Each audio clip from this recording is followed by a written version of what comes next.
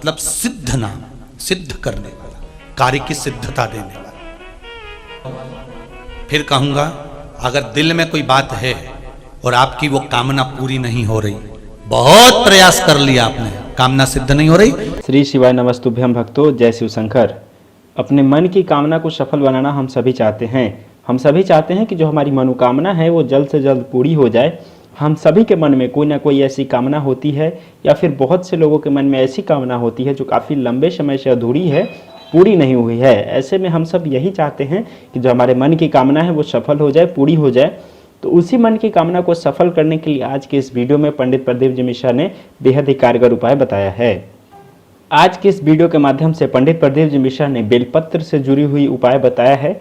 उन्होंने एक ऐसी चीज़ को बेलपत्र की जल में डालने के लिए, समर्पित करने के लिए बताया है, जिसको यदि हम करेंगे तो निश्चित ही हमारे मन की हर कामना पूरी होगी। जो भी हम बात अपने मन में सोचते हैं, दिल में हमारे जो बहुत लंबे से कोई ऐसी बात है, तो बिल्कुल सोचा हुआ बात हमारा सफल होगा। इसीलिए आज का उपाय जो देखा जाए तो बहुत ही कारगर है हमारे मनोकामना को पूरी करने के लिए। तो चलिए बिना समय गवाए हम शुरू करते हैं आज की इस कथा को, और इस उपाय को, इस कार्य को जानते हैं, सुनते हैं स्वयं महाराज जी के ही मुख से। चंद्र अपनी शीतलता कहीं ना कहीं प्रदान कर ही देता है। आप रखो उसको छुपाकर तो भी वो छुपेगा नहीं। केतकी का फूल झूठ बोल दिया कि भगवान ब्रह्मदेव को भगवान शंकर का सिर मिल गया। शंकर भगवान ने श्राप दे दिया, रे केतकी के पुष्प, तूने मेरे सामने झूठ बोला है, मैं तुझे श्राप देता हूं कि सारे देवताओं पर तू चढ़ेगा पर शंकर पर कभी नहीं चढ़ेगा। अगर केतकी का फूल भूल से भी शंकर भगवान पर चढ़ जाएगा तो 1000 गौ हत्या के बराबर दोष लग जाएगा। ये केतकी के फूल को श्राप था। गाय ने कहा कि ब्रह्मा जी को सिर मिल गया, तो भगवान शंकर ने गौ माता से भी कहा, तू गौ माता है, जगत की मां कहलाती है, जगत के लोग तुझे माता कहते हैं और तू जगत की मां होकर झूठ बोलती है, माता होकर तू झूठ बोल रही। तेरा पूरा शरीर पूज्य होगा, पर जिस मुख से तूने झूठ बोला है वो तेरा मुख अपूज्य होगा। तेरा मुख अपूज्य है।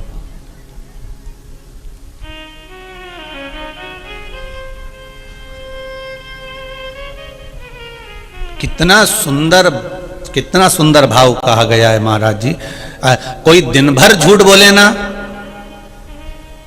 जरा सी बात में अगर कोई झूठ बोल रहा हो, जरा सी बात में छल कर रहा हो, जरा सी बात में झूठ और प्रपंच कर रहा हो, तो शिव महापुराण की कथा ये कहती है कि अगर उसका मुख देख लो तो वापस घर के अंदर जाओ, गंगा जल छीट के फिर वापस जाओ। झूठ बोलने वाले का तो इतना वर्णन करा। आज झूठ तुम बोल रही हो गौ माता, फिर भी गाय ने झूठ बोला तो शंकर भगवान ने कहा ठीक है अब बोल ली, फिर भी माँ तो माँ ही कहलाएगी, माता तो माता ही है।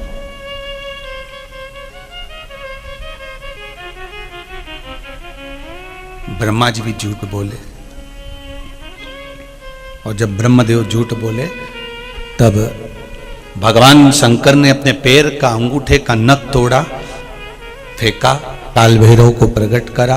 काल भैरव ने अपनी चीटी उंगली का नख तोड़कर फिर ब्रह्मा जी का सिर काटा, तो ब्रह्मदेव का जो सिर कटा वो बट का वृक्ष हो गया, बड़ का पेड़ बन गया।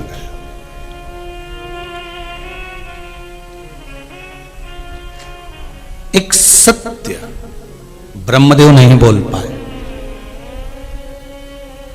आपसे निवेदन है, जितने भी नवे गांव के हों चाहे बाहर से आए हुए हों, जीवन में अगर आपने शंकर जी की भक्ति को प्राप्त करा है, शंकर जी का भजन कर रहे हो, शिव का स्मरण कर रहे हो, शंकर के नाम का जाप कर रहे हो, शिव भक्ति में अगर आप डूबे हुए हो, तो प्रयास करना कि दिन भर में एक बार हम सत्य का जीवन जी।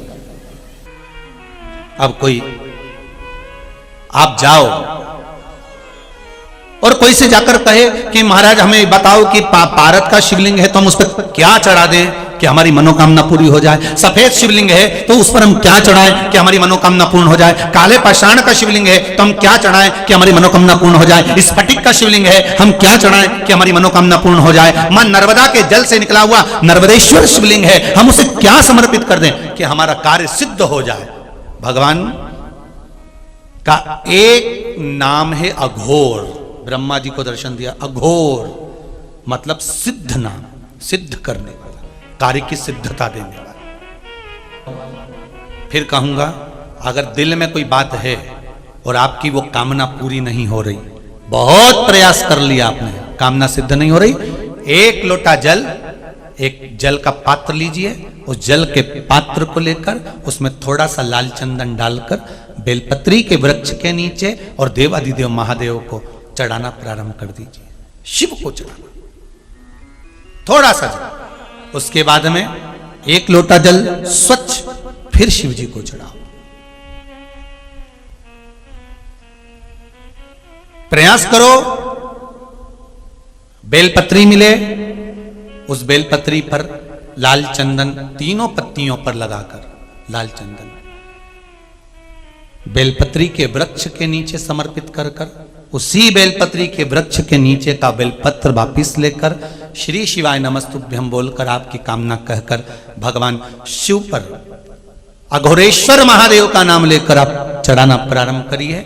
बाबा आपका कार्य 3 महीने के अंदर पूर्ण कर देगा, सफलता देगा। शिव जी का एक नाम है अघोर।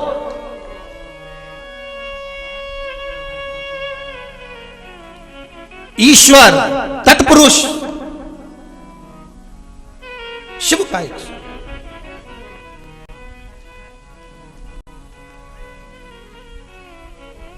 अभी अपने बीच में कुबेरेश्वर महादेव मंदिर से, कुबेरेश्वर धाम सीहोर से एक क्रम चालू करा था, आप लोगों ने करा ना, बेलपत्र का वृक्ष लगाओ। किस किसने लगाया था?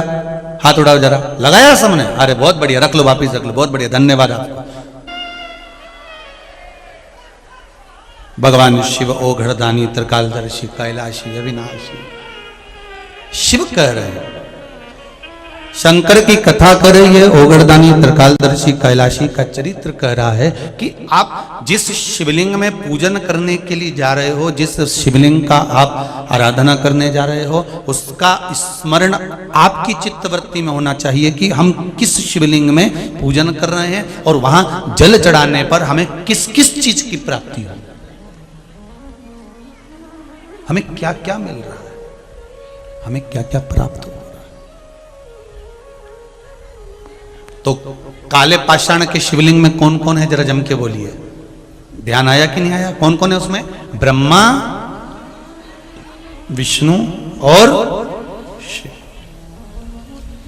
सफेद पाषाण के शिवलिंग में कौन कौन है? शिव, चंद्र, सूर्य और मां जगत जननी, मां आद्य शक्ति, माता का स्वरूप उसमें है। नर्मदा जी के शिवलिंग में कौन कौन है? संपूर्ण शिव जी का परिवार, संपूर्ण। स्फटिक के शिवलिंग में भी चंद्र सूर्य सब विराज।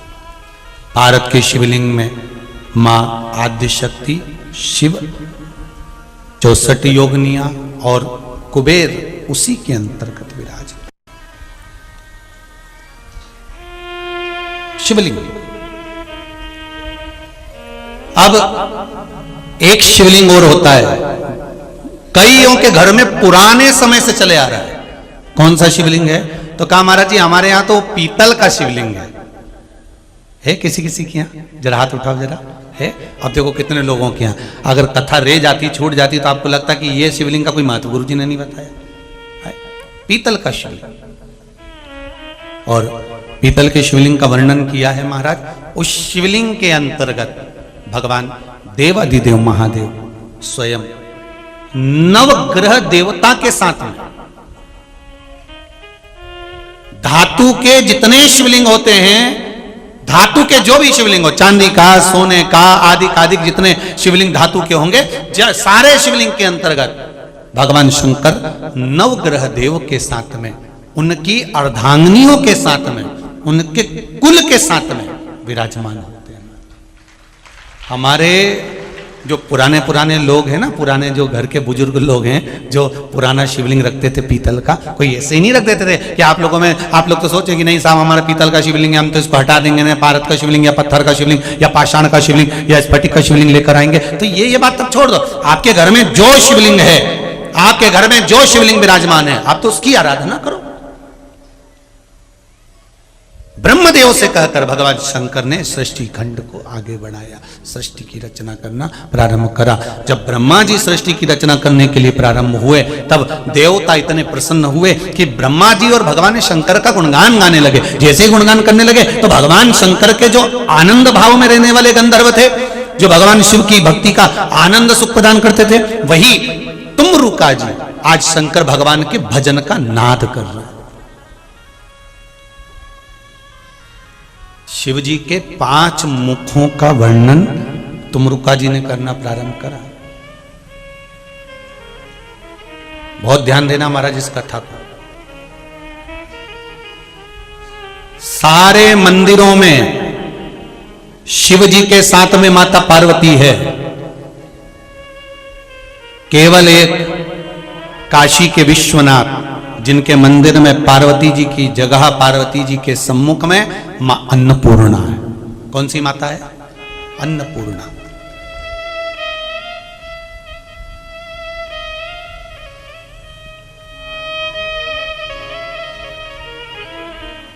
काशी कितने कोस की है? पहले कथाओं में कहा है। काशी कितने कोस की है? जम के बोलो जरा। 5 कोस की। काशी कितने कोस की? 5 कोस की काशी।